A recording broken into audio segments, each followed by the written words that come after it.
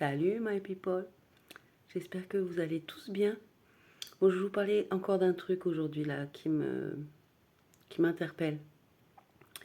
Donc l'Assemblée générale de l'ONU a déclaré la traite négrière et l'esclavage racialisé des Africains comme les plus grands crimes de l'humanité. Les plus grands crimes de l'humanité contre l'humanité. Donc là, c'est quand même quelque chose d'assez incroyable. Et en fait, ce que j'aimerais, c'est qu'avant de vous réjouir tous, parce que je vois que tous les panafricains affirmés se réjouissent de tous les côtés sur les réseaux, comme si c'était une grande victoire, j'aimerais bien que vous, en fait, essayiez de réfléchir un petit peu et essayer de comprendre que il n'y a rien qui est gratuit et que si l'ONU n'a jamais pris ces crimes contre l'humanité en compte depuis des décennies, même bon, depuis son existence, depuis sa fondation, dites-vous bien, c'est qu'en fait, ils n'en ont rien à faire de ça, en fait. Ils n'en ont rien à faire de l'esclavage, puisque de toute façon, tous ces pays se sont enrichis sur l'esclavage, en commençant par les États-Unis, hein, en premier lieu. Donc comment est-ce que vous pouvez croire que tout à coup, en fait, l'ONU se dit, ah ouais, en fait, mince, on n'avait pas calculé, en fait, non, mais les crimes les plus grands contre l'humanité, c'est l'esclavage. Et c'est la traite négrière sur 400 ans. Si c'est pas 500 ans. D'accord. Jusqu'à présent, ça a toujours été la Shoah, le plus grand crime contre l'humanité.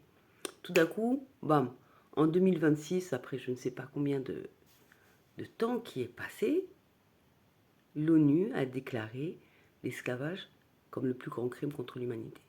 Et vous vous réjouissez. Bêtement. Je suis désolée, mais c'est de la bêtise.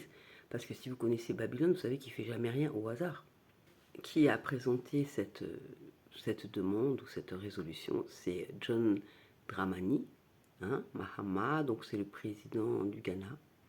Donc c'est lui le nouvel héros panafricain de toutes les communautés panafricaines et africaines qui se réjouissent de cette résolution, de cette déclaration de l'ONU, qui donc a adopté ce texte-là. Mais dites-vous bien que il n'y a pas de hasard en fait, et il n'y a jamais rien. Dites-vous bien qu'en politique, il n'y a pas de hasard. Donc si c'est ce John Dramani là qui a porté ce projet-là devant l'ONU, et que c'est lui en fait qui peut ressortir comme un héros aux yeux de tous, c'est parce qu'ils ont bien l'intention de l'utiliser en fait, et ils sont déjà en train de l'utiliser pour renégocier des accords sécuritaires avec les pays du Sahel, l'AES et les capitales ouest-africaines. D'accord? Donc il va présenter d'ici quelques semaines un cadre sécuritaire aux pays du Sahel, de l'AES et des capitales ouest-africaines, parce qu'il est considéré comme l'un des principaux intermédiaires en fait entre ces pays. Alors qu'en octobre de l'année dernière, il avait déjà été rencontré Macron parce qu'il voulait renforcer l'axe Accra-Paris, déjà. Et ce qu'il faut savoir, c'est que le président précédent, il avait commencé un peu à l'ouvrir devant Macron et on l'a vite calmé parce que déjà il a accepté une base américaine et bon parce qu'aussi il y a un petit Ebola qui est passé par là entre temps et du coup ça a dû un peu le calmer. Donc dites-vous bien que le Ghana ça va être encore un pays qui va être utilisé en fait contre les pays de l'AES et qui va être utilisé comme la Côte d'Ivoire, comme le Bénin, pour essayer de contrer en fait les velléités de souverainisme de ces pays ouest-africains qui se sont démarqués des autres. D'accord? Donc arrêtez de vous réjouir comme ça, comme des gros naïfs que vous êtes. Hein? Je sais pas, vous comprenez pas encore comment ça fonctionne Babylone. Ça fait longtemps, à chaque fois qu'ils font un truc, il y a un piège derrière. C'est comme des serpents en fait, ces gens-là. Donc dites-vous bien que s'ils font ça, c'est juste pour vous couillonner en fait, juste pour vous manipuler. D'accord? Donc vous allez, après, dès que ce président Dramani, il va proposer des solutions, il va proposer une discussion avec les pays de l'AES, tout le monde va dire Amen, parce que on va dire que c'est lui l'artisan de ce texte qui a été voté par l'ONU, qui reconnaît enfin l'esclavage comme un crime comme le plus gros des crimes contre l'humanité. D'accord? Il n'y a pas de hasard. Arrêtez de vous réjouir comme ça, comme des. Je sais pas, faut arrêter en fait.